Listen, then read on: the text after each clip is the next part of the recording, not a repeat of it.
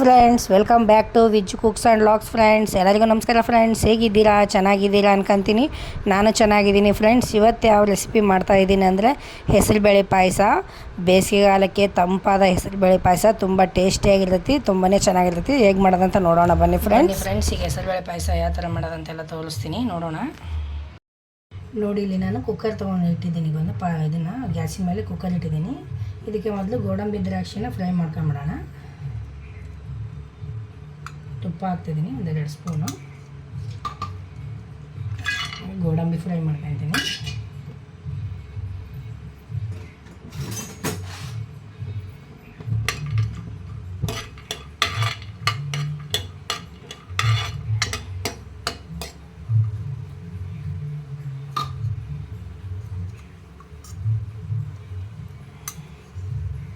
ಈ ಬೇಸಿಗೆಗಾಲಕ್ಕೆ ಹೆಸರುಬೇಳೆ ಪಾಯಸ ತುಂಬಾ ಒಳ್ಳೆಯದು. ತುಂಬ ತಂಪಾಗಿರ್ತೈತಿ, ಟೇಸ್ಟಿಯಾಗಿ ಇರ್ತೈತಿ.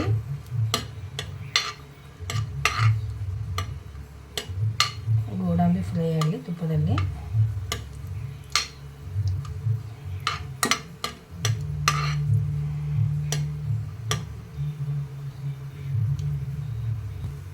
ನೋಡಿ, ಇಷ್ಟ ಆದ ತಕ್ಷಣ ತೆಗೆದುಬಿಡೋಣ.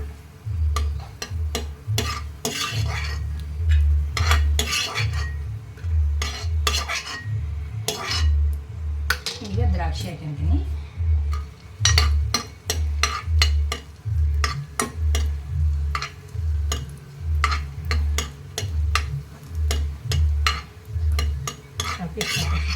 ದ್ರಾಕ್ಷಿನ ತೆಗಿತೀನಿ. ಈಗ ಇದೇ ತುಪ್ಪದಲ್ಲೇ 1 ಬಟ್ಲ ಹೆಸರುಬೇಳೆ ತೊಗೊಂಡಿದ್ದೀನಿ. ಹೆಸರುಬೇಳೆ ಹಾಕ್ತಾ ಇದ್ದೀನಿ, ಫ್ರೈ ಮಾಡ್ತೀನಿ.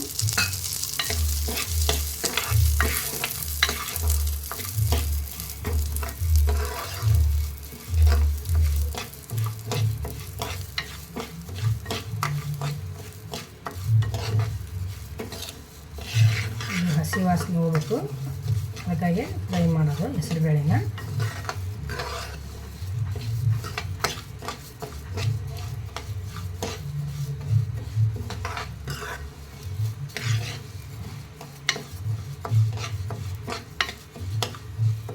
ಇದಕ್ಕೆ ಸ್ವಲ್ಪ ಈಗ ನಾನು ಶಾವಿಗೆ ಮಿಕ್ಸ್ ಮಾಡ್ತೀನಿ.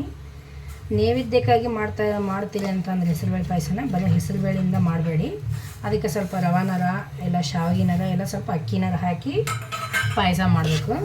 ಬರೀ ಹೆಸರುಬೇಳೆ ಪಾಯಸನ ನೈವೇದ್ಯಕ್ಕೆ ಇಡೋಕೆ ಶ್ರೇಷ್ಠವಾದ್ದಲ್ಲ ಅಷ್ಟು. ಹಾಗಾಗಿ ಮಿಕ್ಸ್ ಮಾಡಿ ಮಾಡಬೇಕು. ಇದು ನನಗೆ ನಮ್ಮ ತಾಯಿ ಹೇಳ್ಕೊತಿರೋದು, ನಿಮಗೆ ಹೇಳ್ತಾ ಇದ್ದೀನಿ. ಏನಾರ ಒಂದು ಸ್ಪೂನಷ್ಟು ಶಾವಿಗೆ ಇಲ್ಲ ಅಕ್ಕಿ ಇಲ್ಲ ರವೆ ಏನಾರು ಮಿಕ್ಸ್ ಮಾಡಿ ಮಾಡಬೇಕು. ಈಗ ನಾನು ನೈವೇದ್ಯಕ್ಕಾಗಿ ಮಾಡ್ತಾಯಿದ್ದೀನಿ, ಹಾಗಾಗಿ ಸ್ವಲ್ಪ ಶಾವಿಗೆ ಮಿಕ್ಸ್ ಮಾಡ್ಕೊಂಡಿದ್ದೀನಿ. ಎರಡನ್ನೂ ತುಪ್ಪದಲ್ಲಿ ಫ್ರೈ ಮಾಡ್ತಾಯಿದ್ದೀನಿ.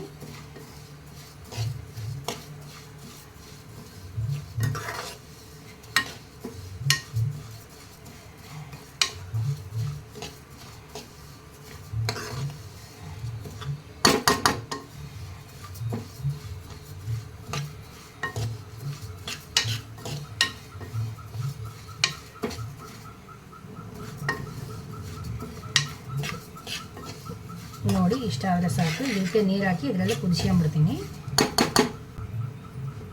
ನೋಡಿ, ನೀರು ಹಾಕ್ತಾಯಿದ್ದೀನಿ.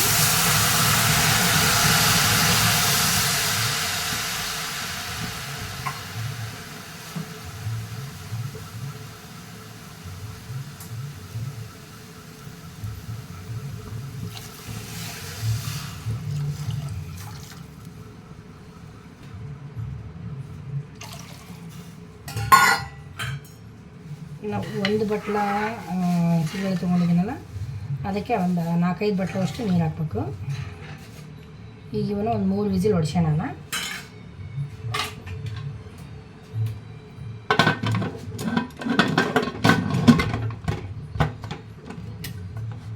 ಈಗ 3 ವಿಸಿಲು ಆಗಲಿದ್ದು, ಆಮೇಲೆ ಆಫ್ ಮಾಡೋಣ.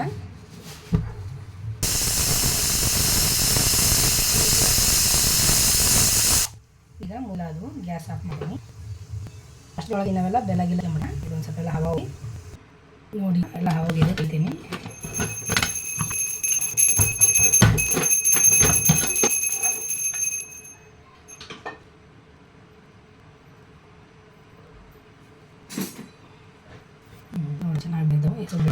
ನೋಡಿ ಫ್ರೆಂಡ್ಸ್, ಎಲ್ಲ ಬೇಳೆ ಎಲ್ಲ ಚೆನ್ನಾಗಿ ಕುದ್ದಿದೆ.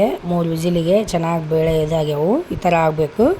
ಈಗ ಇದಕ್ಕೆ ನಾನು 1 ಗ್ಲಾಸ್ ಇದು ತೊಗೊಂಡಿದ್ದೀನಲ್ಲ ಹೆಸರುಬೇಳೆ, 1.5 ಗ್ಲಾಸ್ ಅಷ್ಟು ಬೆಲ್ಲ ಹಾಕ್ತೀನಿ. ನೀವು ಸಿಹಿ ಕಮ್ಮಿ ತಿನ್ನೋದಾದರೆ ಬೇಕಾದ್ರೆ 1 ಗ್ಲಾಸ್ ಹಾಕ್ಕೋಬೋದು. ನಾನು 1.5 ಗ್ಲಾಸ್ ಹಾಕ್ತಾಯಿದ್ದೀನಿ. ನೋಡಿ, ಈಗ ಬೆಲ್ಲ ಹಾಕಿದ್ನೆಲ್ಲ, ಬೆಲ್ಲ ಎಲ್ಲ ಚೆನ್ನಾಗಿ ಕರಗೈತಿ, ಕುದೀತಾ ಇದೆ. ಈಗ ಇದೆಲ್ಲ ಬೆಲ್ಲ ಎಲ್ಲ ಕರಗಿದೆ ಅಲ್ಲ, ಈಗ ಇದಕ್ಕೆ ನಾನು ಒಣ ಕೊಬ್ಬರಿ ಹಾಕ್ತಾಯಿದ್ದೀನಿ. ಒಣ ಕೊಬ್ಬರಿ ಮತ್ತು ಗಸಗಸೆ, ಏಲಕ್ಕಿ ಪೌಡ್ರ್ ಹಾಕ್ತಾಯಿದ್ದೀನಿ. ಹಸಿ ಕೊಬ್ಬರಿ ಇದ್ದರೆ ಹಸಿ ಕೊಬ್ಬರಿನೂ ಹಾಕ್ಬೋದು, ಚೆನ್ನಾಗೈತಿ. ನೋಡಿ ಫ್ರೆಂಡ್ಸ್, ನನ್ನ ವೀಡಿಯೋ ನೋಡೋ ಅಂಥವ್ರೆಲ್ಲರೂ ಸಬ್ಸ್ಕ್ರೈಬ್ ಮಾಡ್ಕೊಳ್ಳಿ, ಶೇರ್ ಮಾಡಿ, ಆದಷ್ಟು ನಿಮ್ಮ ಫ್ರೆಂಡ್ಸಿಗೆಲ್ಲ ಲೈಕ್ ಮಾಡಿ, ಕಮೆಂಟ್ ಮಾಡಿ ಹೇಳಿ ಹೇಗೆ ಬಂತು ಅಂತಂದೇಳಿ, ಯಾವ ಥರ ಇನ್ನೂ ಕಂಟೆಂಟ್ ಕೊಡಬೇಕಂತ ಹೇಳಿ ನನಗೆ. ಈಗ ನೋಡಿ ಫ್ರೆಂಡ್ಸ್, ಏಲಕ್ಕಿ ಪುಡಿ ಹಾಕಿದೆ. ಏಲಕ್ಕಿ ಪುಡಿ ಹಾಕಿದ ಮೇಲೆ ಇದು ಸ್ವೀಟಿಂದ ಟೇಸ್ಟ್ ಹೆಚ್ಚಿಗೆ ಆಗೋದು, ಅದು ಫ್ಲೇವರ್ ಚೆನ್ನಾಗಿ ಕೊಡ್ತೈತಿ. ಏಲಕ್ಕಿ ಪುಡಿ ಇರಬೇಕು ಸ್ವೀಟ್ಗಳಿಗೆ. ಆಮೇಲೆ ಫೈನಲಿ ಇದು ಗೋಡಂಬಿ ದ್ರಾಕ್ಷಿ ಫ್ರೈ ಮಾಡ್ಕೊಂಡಿದ್ನಲ್ಲ, ನಾವು ಹಾಕಿದೆ. ಈಗೆಲ್ಲ ಹೆಸರುಬೇಳೆ ಪಾಯಸ ಇಲ್ಲಿಗೆ ಮುಗೀತು ಫ್ರೆಂಡ್ಸ್. ಹೆಸರುಬೇಳೆ ಪಾಯಸ ನೋಡಿದ್ರೆ ತುಂಬ ಚೆನ್ನಾಗೈತೆ ಅನ್ಸತಿ. ಈ ಬೇಸಿಗೆಗಾಲಿಗೆ ತಂಪಾದ ಹೆಸರುಬೇಳೆ ಪಾಯಸ ಇಲ್ಲಿಗೆ ಮುಗೀತು. ನಾ ಮಾಡಿದಂಥ ಹೆಸರುಬೇಳೆ ಪಾಯಸ ಚೆನ್ನಾಗೈತೆ ಅನ್ಸತಿ. ನಿಮಗೂ ಇಷ್ಟ ಆಗಿದ್ರೆ ಕಮೆಂಟ್ ಮಾಡಿ ಹೇಳಿ ಫ್ರೆಂಡ್ಸ್, ಹೇಗೆ ಬಂತು ಅಂತಂದೇಳಿ.